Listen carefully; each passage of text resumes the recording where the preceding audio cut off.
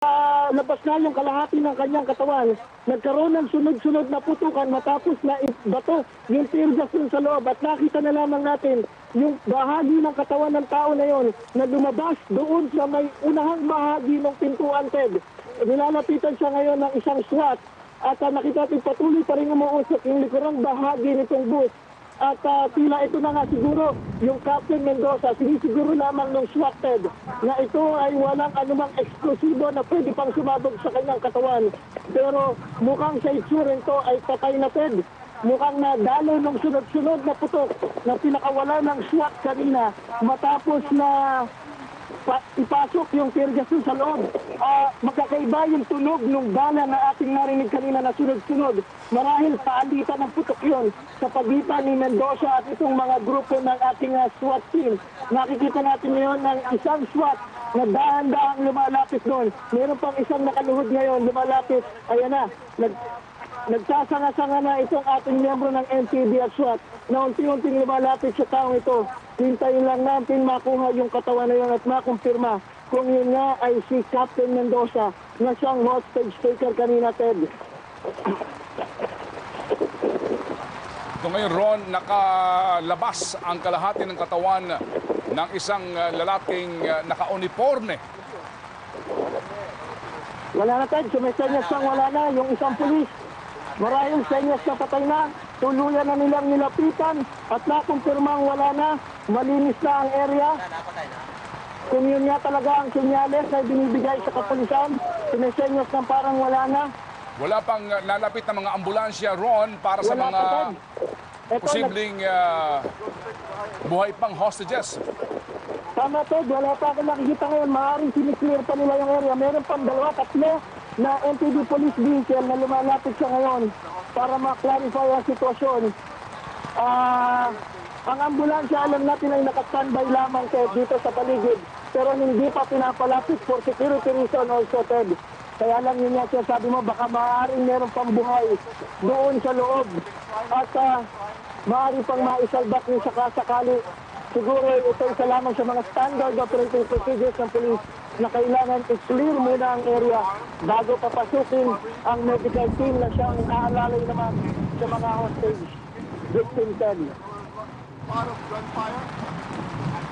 Mukhang wala pa talagang kilos ng anumang medical team. Sa ngayon, ito po maliwanag po sa video, mga kapamilya, ang paglapit na ho ng mga pulis sa nakabalandrang bangkay ng isang lalaki na tila baga... Pasok! Pero mukhang may mga putukan pa, Ted. Ted, lumalapit tayo ngayon dito sa may bus para makita kung ano na ang pinakauling sitwasyon.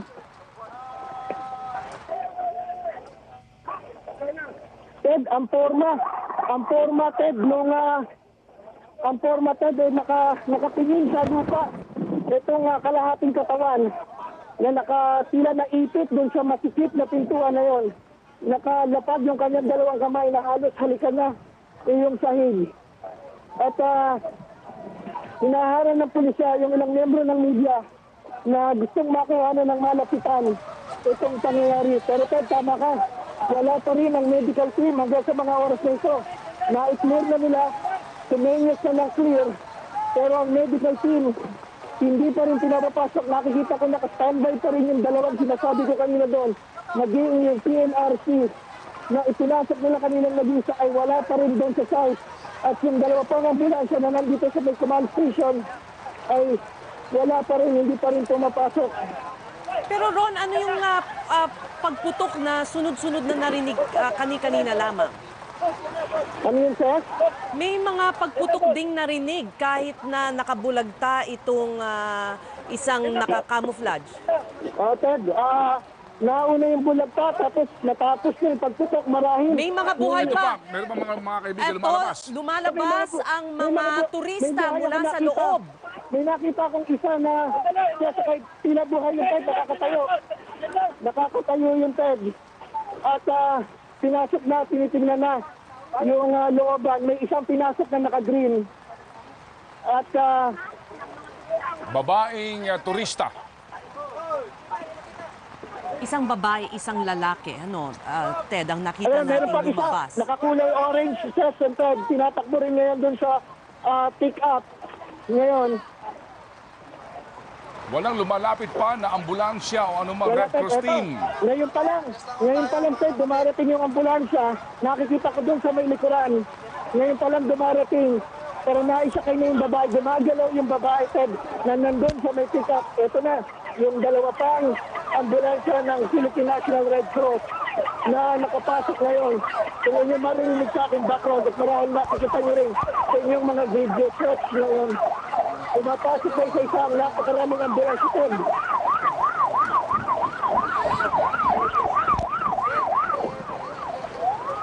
Ted,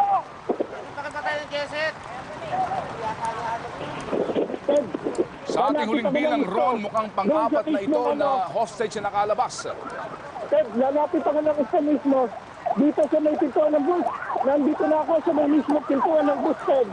At isa-isa na pinapasok. At binabas na yung mga stretcher. Tingnan natin, Ted, may mga pagkilos sa loob ng bus, Ted. Meron pang mga pagkilos sa loob ng bus. Sana'y hindi naman totoo ang sinasabing patay na lahat. Yung mga hostage, mga na-hostage sa loob, Ted. Tama, Ron, may 4 na kaming nakitang nakalabas mula doon sa emergency exit. Tama.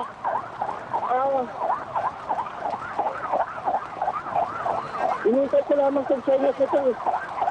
Hindi nata-atras lahat ng tao. Inintay ko lamang yung senyas nito kung may buhay pa ulit dahil siya yung unang-unang pumasok.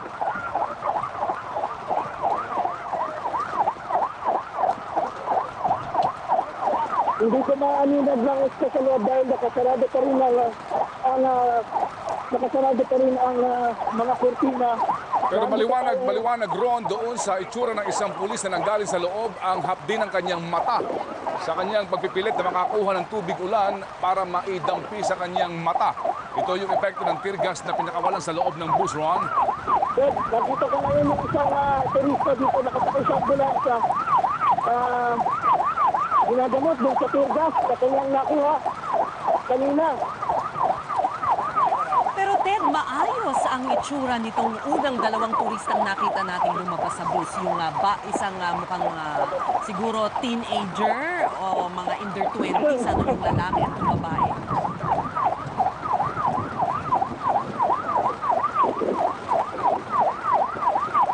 Alam mo, Ted, nakakasulasok yung amoy dito sa gilid ng bus.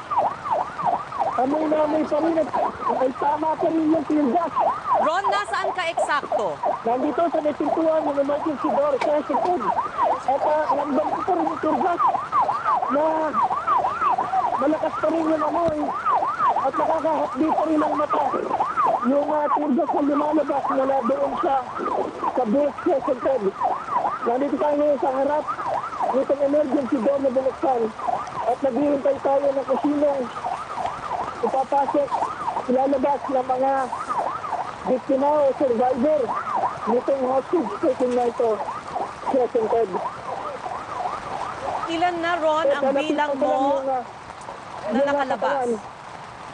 At ayoko nang i-describe, Ted, yung itsura kung paano sinamaan itong si Captain Mendoza na naka-t-shirt na kulay blue at nakapatid dito.